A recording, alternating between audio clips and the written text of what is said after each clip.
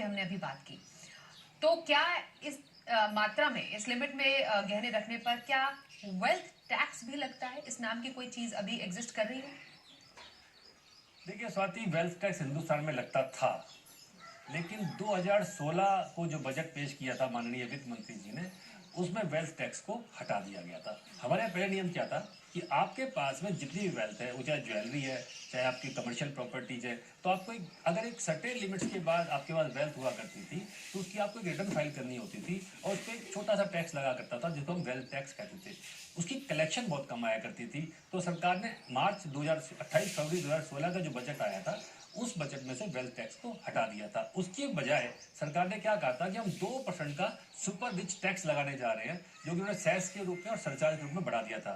तो अच्छी बात यह है कि वेल्थ टैक्स खत्म हो चुका है। हिंदुस्तान में 3 एक्ट खत्म हो चुके हैं। गिफ्ट टैक्स नहीं है, अब गिफ्ट टैक्स एक्ट नहीं है, वेल्थ टैक्स एक्ट नहीं है, और जैसे मैंने पहले बताया, गोल्ड कंट्रोल एक्ट भी खत्म हो चुका है। इसलिए वेल्थ टैक्स से आपको अब घबराने की जरूरत नहीं है। ये जानना जरूरी है कि इनकम टैक्स रिटर्न में जितनी भी ज्वेलरी है उसकी जानकारी, इंफॉर्मेशन कब दी जाए, वो लेवल क्या है, वो लिमिट क्या सेट है? देखिए, इनकम टैक्स डिपार्टमेंट आपसे उसकी डिटेल नहीं मांग रहा है, लेकिन अगर आपकी 50 लाख रुपए से ज्यादा इनकम है टैक्सेबल, आपको ध्यान रखना है। अगर आपकी इनकम 50 लाख रुपए से कम है स्वाति, तो हम ITR 1 फॉर्म भरते हैं। लेकिन अगर आपकी 50 लाख रुपए से ज्यादा इनकम है, तो इसमें एक शेड्यूल दे दिया सरकार ने, और उस शेड्यूल में आपसे पूछते हैं आपकी असेट्स और लायबिलिटीज की डिटेल बताइए। और मैंने ये देखा है प्रैक्टिकली स्वाति कि लोग उसकी बड़ी कैजुअल डिटेल देते हैं, बड़ी कैजुअल सी उसको भर देते हैं, और वो दिक्कत का सबब बनता है। आपको असेट्स के जो कॉलम है उसमें पूछते हैं आपसे इमोल प्रॉपर्टी क्या है, आपका ज्वेलरी कितनी है, आपका शेयर्स कितने हैं, आपके एडवांसेस कितने हैं, आपके कैश एंड बैंक बैलेंस कितना है, और आपकी लायबिलिटीज कितनी है। तो जो 50 लाख रुपए ज्यादा के एसएससी है, जिनकी टैक्सेबल इनकम 50 लाख रुपए ज्यादा है, उनको एसेट एंड लायबिलिटी का वो शेड्यूल बिल्कुल ध्यान से बनना चाहिए। और अगर आपका ज्यादा ज्वेलरी जैसे आपने कहा, तो आपके लिए ये है कि आप उसकी वैल्यूएशन रिपोर्ट बनवाकर और उस वैल्यू को ही डालें उसमें। वैल्यूएशन रिपोर्ट, जो कि आपने कहा कि रजिस्टर्ड वैल्यूअर से उसका पूरा जो वैल्यूएशन करवा के ये IT विभाग को देनी होती है। इसमें कुछ जो कागजात है, कुछ डॉक्यूमेंट्स है, संभाल कर हर किसी को अपने पास रखने चाहिए, वो कौन कौन से कागजात होंगे? बिल्कुल अपने जी, देखिए आपका ज्वेलरी का सोर्स क्या होता है, पहले हम ये समझते हैं, तो हमें कागजात समझ में आएंगे। अगर आपने ज्वेलरी परचेज की है, अपनी इनकम से परचेज की है स्वाति, तो आपको उसका इनवॉइस रखना चाहिए। आप एक फाइल बना लीजिए, उसमें आप इनवॉइस रखिए। अगर आपको ज्वेलरी शादी पर मिली है, तो आप किसने आपको ज्वेलरी दी है, कौन सा आइटम दिया था, आप हार दिया था, उसका कितना ग्रामेज है, उसका कितना वेट है, उसमें कितनी प्योरिटी है, आप उसकी डिटेल बना लीजिए।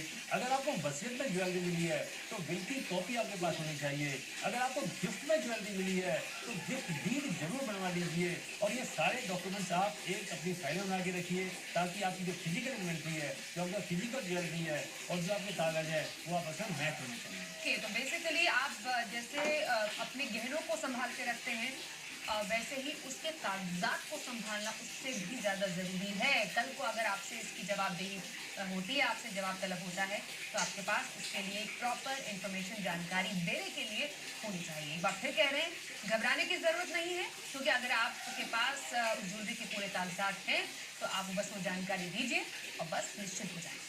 अब गोल्ड पर टैक्स का गणित समझना सुनील जी बेहद जरूरी हो जाता है, क्योंकि थोड़ा बहुत इसमें पेच आ जाता है, कई लोग काफी कंफ्यूज हो जाते हैं।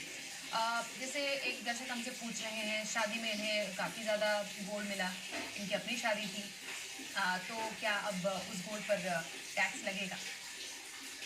देखिए स्वाति, लोगों को कई कंफ्यूजन हमारे देश में है। पहली बात तो समझते हैं कि जो हमारी ज्वेलरी है वो हमारी पर्सनल असेट है, उसको बेचने पर टैक्स नहीं लगता है। ये बात अपने दिमाग से निकाल दीजिए। गोल्ड ज्वेलरी हो, सिल्वर ज्वेलरी हो, प्लेटिनम हो, डायमंड हो, उसको बेचने पर टैक्स लगता है। जहाँ तक शादी में मिलने वाले गिफ्ट का सवाल है, देखिए भारत सरकार, हिंदुस्तान में अगर आपको शादी पे गिफ्ट मिलता है, चाहे आपका रिलेटिव दे, चाहे आपका पड़ोसी दे, चाहे आपका रिश्तेदार दे, या कोई और दे, उस पर कोई टैक्स नहीं है। इसका मतलब है अगर आपको ज्वेलरी मिली शादी में, तो उस पर टैक्स आपको नहीं लगेगा। लेकिन जब आप उस ज्वेलरी को बेचने जाएंगे, जब उसको बेचेंगे ज्वेलरी को, तो आपको long term capital gain tax लगेगा। अगर आपके पास 3 साल से ज्यादा पुरानी ज्वेलरी है तो लॉन्ग टर्म, अगर इससे कम है तो short term capital gain tax आपको लगता है। और उसका एक फॉर्मूला दे रखा है सरकार ने। उसकी एक सरकार क्या करती है, 31 मार्च को जो भी गोल्ड का रेट है, जैसे आज 39,000 चल रहा है, तो तो वो रेट आपको 31 मार्च का देती है। आपको वो जो सेल प्राइस माना जाएगा आपका, और जब आपने परचेज किया था वो आप उसका इंडेक्सेशन का बेनिफिट लेके और डिफरेंस आपको टैक्स देना पड़ेगा। तो समझना यहाँ पर बेहद जरूरी है कि शादी में मिले गोल्ड, चाहे आपके रिश्तेदारों से मिला हो, दोस्तों से मिला हो, उस पर कोई टैक्स नहीं है। लेकिन हाँ, अगर आपने शादी में मिला गोल्ड बेच दिया तो उस पर कैपिटल गेन्स टैक्स लगेगा। 3 साल से पहले बेचा तो शॉर्ट टर्म कैपिटल गेन्स, और उसके बाद बेचा तो लॉन्ग टर्म कैपिटल गेन्स लगेगा। अभी कई और ऐसी बारीकियां हैं समझनी बाकी। गोल्ड पर टैक्स का गणित क्या कहता है, सुनिए जी, समझेंगे एक छोटे से। मदर इन लॉ की डेथ के बाद में या विरासत में आपकी इन्वेंट्री है, ये मेरे को उन्होंने गिफ्ट किया है, उसकी या तो गिफ्ट डीड आपके पास हो या उसके पास आपके पास में उसकी एक वसीयत हो, तभी आप क्लेम कर सकते हैं कि मेरी लिमिट 500 ग्राम मेरी है और 500 ग्राम मेरी मदर इन लॉ की है। जो मदर इन लॉ ने आपको दे दी वो तो आपकी हो गई, इसके अलावा जो मदर इन लॉ के पास में है, आपकी सासू माँ के पास में है, वो 500 ग्राम अलग ही ट्रीट की जाती है। इसलिए आप 500 प्लस 500 1000 ग्राम का फायदा उठा सकते हैं। तो ये बात समझना जरूरी है कि आपके इन लॉज के जीवन काल में ही अगर वो एक गिफ्ट डीड या फिर विरासत, जो वसीयत है वो बना देते हैं, तो आपके पास एक डॉक्यूमेंटेशन आ जाता है कि हाँ, मेरे जो सोना है या गहने उसका सोर्स है वो मेरी मदर इन लॉ की तरफ से आया है, फादर इन लॉ की तरफ से आया है, और वो फिर आप आगे जब भी जरूरत पड़ने पर उसको आगे प्रेजेंट कर सकते हैं। ये एक गणित जो है वो ये कहता है गिफ्ट पर टैक्स का। अब ये कई लोग जानना चाहते हैं कि ऐसे कौन से केसेस हैं जब इन तमाम नियमों के बावजूद सोना जब्त हो जाए। देखिए, सोना जब्त होने की सिचुएशन है अगर आपके यहाँ इनकम टैक्स की रेड हो जाती है, जिसको हम सर्च के प्रोविजंस कहते हैं। सबसे पहले डिपार्टमेंट जब आपके पास में आता है तो आपसे यही पूछता है कि और कितनी ज्वेलरी है, आपका कितना कैश है, आपका कौन कौन सी प्रॉपर्टी है। और जैसा हमने बताया कि ज्वेलरी अगर आप एक्सप्लेन नहीं कर पाए तो स्वाति आपको जानकर आश्चर्य होगा कि टैक्स लगता है 138%, 138%। यानी जितना आपकी ज्वेलरी की वैल्यू है वो तो जब्त हो ही जाएगी, उसके अलावा 38% आपको और देना पड़ेगा। इसलिए आपको, क्योंकि हर घर में ज्वेलरी होती है, आपको बहुत सावधान रहना है। आपको इन्वेंट्री जरूर बनानी है, उसकी वैल्यूएशन जरूर बनानी है, और आइटम वाइज बनाइए। लोग गलती क्या करते हैं, आइटम वाइज नहीं बनाते। आप लिखिए कि इतना हार है मेरे पास, इतने ग्राम का है, यहाँ से मिला, तो आपको बिल्कुल भी दिक्कत नहीं आएगी। लेकिन अगर आपने ऐसा नहीं किया तो आपको दिक्कत आ सकती है। अब इन तमाम नियमों के और इन तमाम बारीकियों के बाद अब ये आपसे जानना चाहते हैं कि आखिरकार गोल्ड सुरक्षित कहाँ माना जाए। घर पे रखते हैं फिर भी मन में कई जो डर है वो पैदा हो जाता है, चुरा ना ले जाए कोई। लॉकर में रखते हैं तो उस पर भी सालाना कुछ ना कुछ हमें लॉकर के पैसे देने पड़ते हैं। तो कहाँ पर ऐसी जगह हम माने जहाँ पर गोल्ड को हम टोटली सेफ माने। देखिए, सरकार ने एक नई स्कीम चलाई है जहाँ पर आपको फिजिकल गोल्ड नहीं मिलता है, आप उसको डीमैट फॉर्म में भी रख सकते हैं। उसको हम कहते हैं सॉवरन गोल्ड बॉन्ड। तो आप उसको ले लीजिए अपने फ्यूचर के लिए। और दूसरी स्कीम गवर्नमेंट ने और चलाई है वो ये है कि जैसे बहुत सारे लोग चाहते हैं कि मैं अपने बच्चों की शादी करूंगा तो उस टाइम मुझे गोल्ड चाहिए, तो एक सरकार ने स्कीम चलाई है। अगर आपका अनयूज्ड गोल्ड है, देखिए स्वाति, हमें ध्यान रखना चाहिए कि हमारा जो इम्पोर्ट का बिल है उसमें पेट्रो प्रोडक्ट्स के बाद में सबसे ज़्यादा इम्पोर्ट हम गोल्ड ही करते हैं हमारे यहाँ, क्योंकि प्रोडक्शन बहुत कम है। तो सरकार ने एक गोल्ड मोनेटाइजेशन स्कीम भी चलाई है कि आप हमारे को गोल्ड दे दीजिए, हम आप उसको ब्याज पे देंगे, तो आप अपना सोना वहाँ सेव कर सकते हैं। इस स्कीम के अगर हम फायदे गिनाएं तो वहां पर गोल्ड रखना सुरक्षित कैसे हो जाता है, और इंटरेस्ट के मामले में ये कैसे बेहतर है बाकी से। देखो, हम दोनों चीज समझने की कोशिश करते हैं। पहले हम सॉवरन गोल्ड बॉन्ड को समझते हैं।